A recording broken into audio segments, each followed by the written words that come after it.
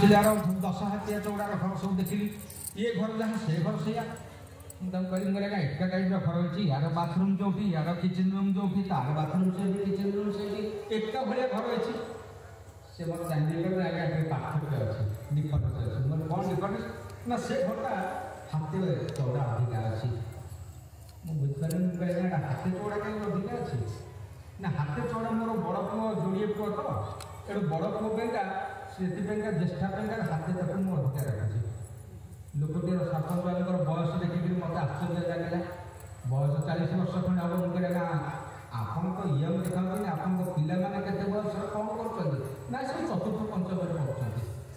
ମୁଁ କହିଲି ଠାକୁର ଅନୁକୂଳଚନ୍ଦ୍ରଙ୍କ ଦୀକ୍ଷା ନେବାଟା ଆପଣଙ୍କ ପାଇଁ ନିହାତି ଆବଶ୍ୟକ। ଆପଣଙ୍କ ଭିତରେ ଏଇ ଦିନରୁ ଆରମ୍ଭ ହେଲାଣି ହୀନମନସ୍କତା ଯେ ମୋ ଛୁଆ ଭିନ୍ନ ହେବେ।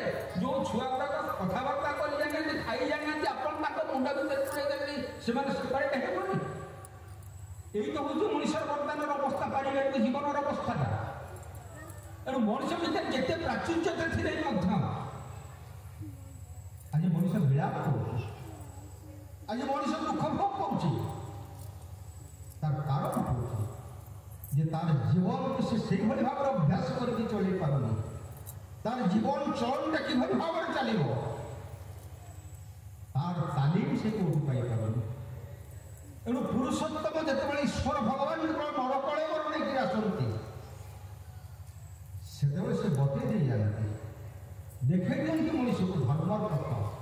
ତାଙ୍କର ପ୍ରତିଟି ଅଙ୍ଗ ସଞ୍ଚାଳନ ଭିତରେ ଦେଇକି ମଣିଷ କିଭଳି ଭାବରେ ଗୋଟିଏ ଯୋଗ୍ୟ ପୁଅ ହୋଇପାରିବ, ଯୋଗ୍ୟ ଭାଇଟେ ହେଇପାରିବ, ଯୋଗ୍ୟ ସ୍ୱାମୀଟେ ହେଇପାରିବ, ଯୋଗ୍ୟ ସ୍ତ୍ରୀଟେ ହେଇପାରିବ, ଏ ପ୍ରତ୍ୟେକଟି ଜିନିଷ ପୁରୁଷୋତ୍ତମ ଦେଖାଇ ଦେଇ ଯାଆନ୍ତି।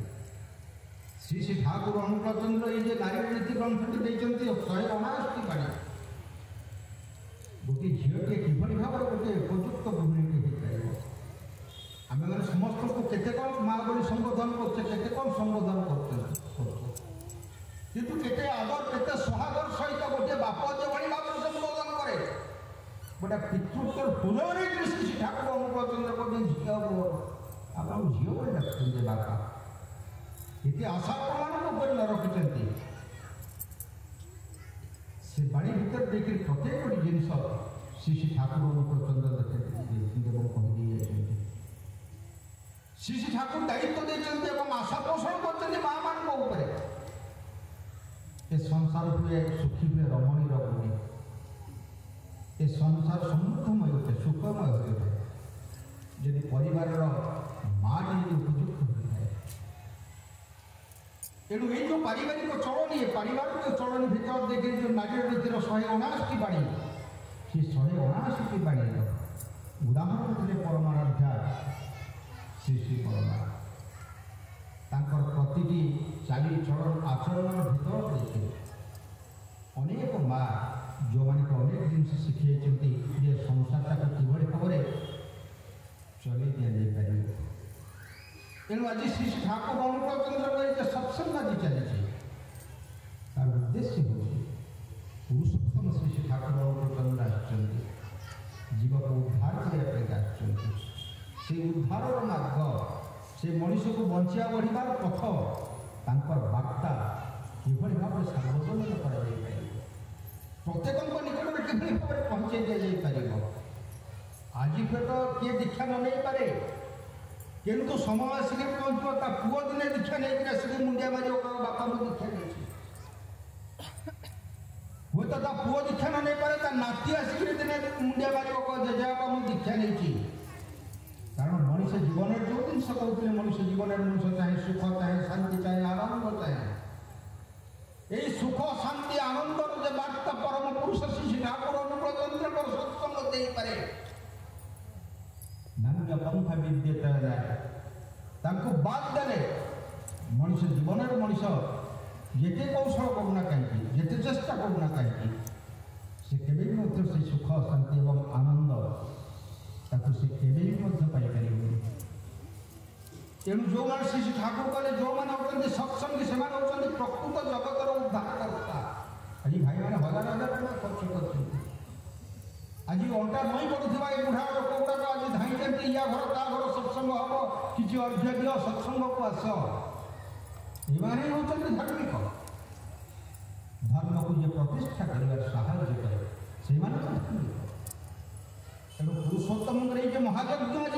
ଚାରିଆଡ଼େ ଆସନ୍ତୁ ଆମେ ମାନେ ପ୍ରତି ପ୍ରତ୍ୟେକ ଶ୍ରୀ ଶ୍ରୀ ଠାକୁରଙ୍କର ଯେ ବାର୍ତ୍ତା ପ୍ରତି ପ୍ରତ୍ୟେକଙ୍କ ନିକଟରେ ପହଞ୍ଚାଇବା, ପ୍ରତି ପ୍ରତ୍ୟେକ ଯେଭଳି ଭାବରେ ଶ୍ରୀ ଶ୍ରୀ ଠାକୁରଙ୍କୁ କେନ୍ଦ୍ର କରି ତାର ଜୀବନରେ ସୁଖ ଶାନ୍ତି ଏବଂ ଆନନ୍ଦକୁ ଉପଲବ୍ଧି କରେ।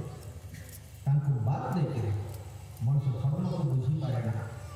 ସେଥିପାଇଁ ତ ସେ କୁହନ୍ତି ମାମେକଂ ଶରଣଂ ବ୍ରଜ, କେବଳ ମୋର ଶରଣାପନ୍ନ ହେଇକରି ଚାଲେ। ଆଉ ଏ ଶରଣର କଥା ହେଉଛି ସଂସ୍କୃତ ସୁଧାତୁରୁ ଆସିଛି, ଯାହାର ଅର୍ଥ ହେଉଛି ରକ୍ଷା କରିବା। ତେଣୁ ତାଙ୍କର ଯେ ଅନୁଶାସନ ରହିଛି, ତାଙ୍କର କଥାକୁ ଯେ ରକ୍ଷା କରିକରି ଚାଲେ, ସେହି ପ୍ରକୃତ ଧାର୍ମିକ ହୁଏ।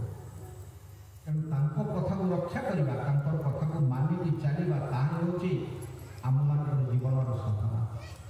ଆଜି ହୁଏତ କୌଣସି ଗୁରୁ ଭାଇମାନେ କିଏ ଭୁଲ କରୁଛି, କାହିଁକିନା ଆମେମାନେ ଠାକୁର ନୁହଁ। ମୁଁ ହୁଏତ କିଛି କଥା କହୁଛି, କିନ୍ତୁ ମୁଁ ଠାକୁର ନୁହେଁ କି ମୁଁ ଠାକୁରଙ୍କର ଆଚାର୍ଯ୍ୟ ବି ମୁଁ ନୁହେଁ। ଆଜି ମଧ୍ୟ ମୁଁ ଚେଷ୍ଟା କରୁଛି ନିର୍ଭୁଲ ହେବା ପାଇଁକା। ଭୁଲଟେ କରିଦେଲେ ମୁଁ ଅନୁତାପ କରୁଛି ଯେ ମୁଁ ଗୋଟେ ଭୁଲ କଲି, କେମିତି ସେ ଭୁଲଟାକୁ ଛାଡ଼ିକରି ନିର୍ଭୁଲ ରାସ୍ତାରେ ମୁଁ ଚାଲିବି।